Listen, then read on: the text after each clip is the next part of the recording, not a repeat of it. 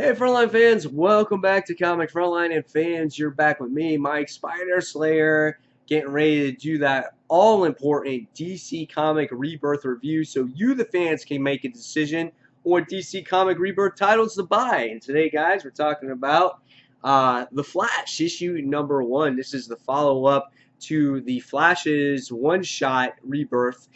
Here we have the first issue of that newest volume. And here we get to see Barry Allen on the cover, and we get to see his supporting cast in the background.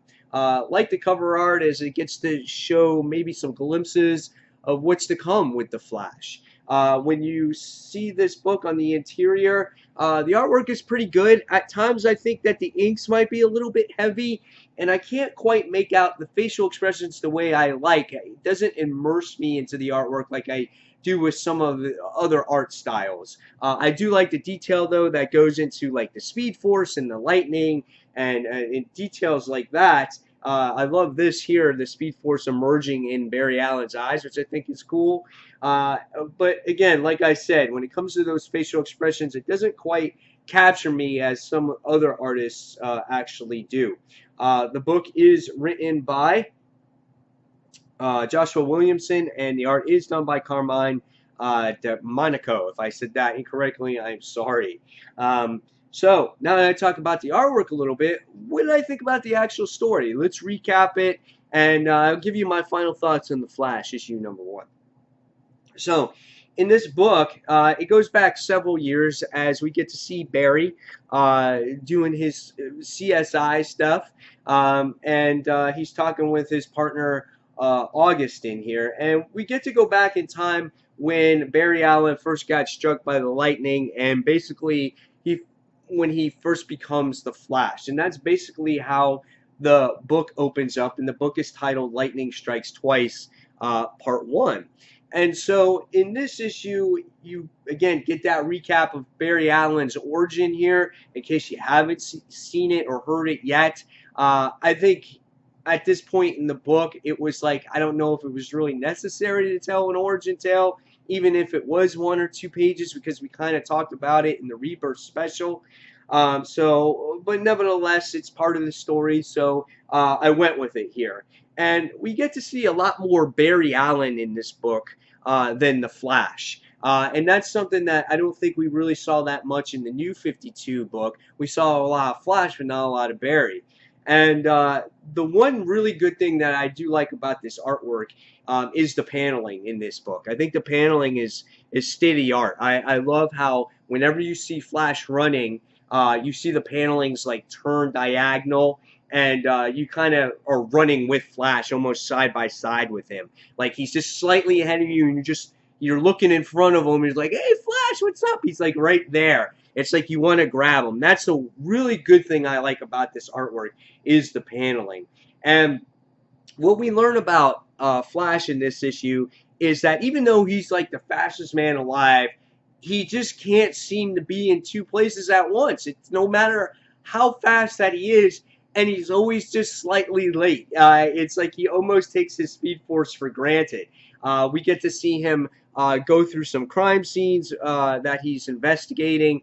We get to meet Iris in this issue for the first time in the series. And again, we get to see a lot of interaction with August. And the cool thing is, in this book, is the interactions with Iris, which I thought was nice to see them two interacting.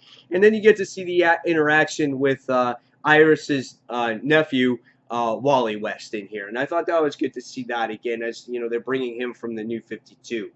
And then all of a sudden, shit hits the fan in this book. And again, Barry tries to be in too many places at one time. There's a fire that erupted in an apartment building. There's a holdup going on with some kind of, I think it was Argus or whatnot. And as the issue progresses, and we get to see Barry trying to do all these things at one time, we wind up seeing that the person that's in trouble, excuse me as I'm fighting a cold, the person that's in trouble is actually August.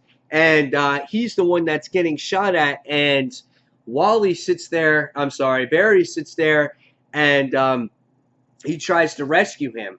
And it really goes into a deep detail about when he saw his life flash before his eyes, that he wasn't going to let anything happen to anyone again. And he sees this happen in August, and the next thing you wind up seeing is August gets struck by lightning now as well. And so it's like the title of the story says, lightning strikes twice. And the next thing that you wind up seeing is that August is the one now also possesses the Speed Force. Now, is this a good thing? Is it a bad thing?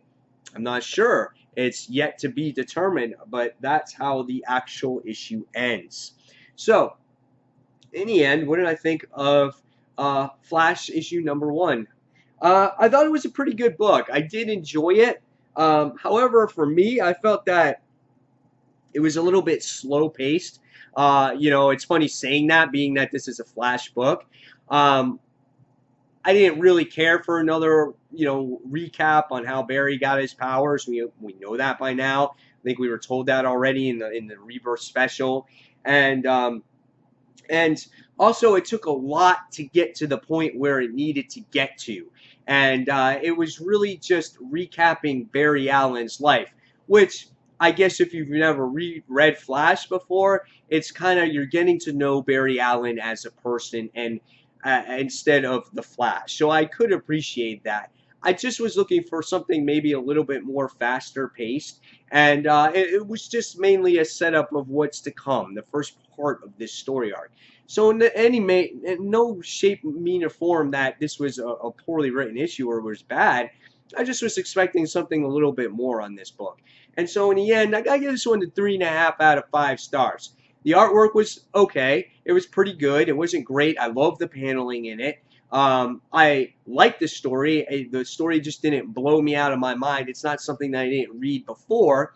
And so for me, I thought it was just above average. So I'm going to give this one a 3.5 out of 5 stars.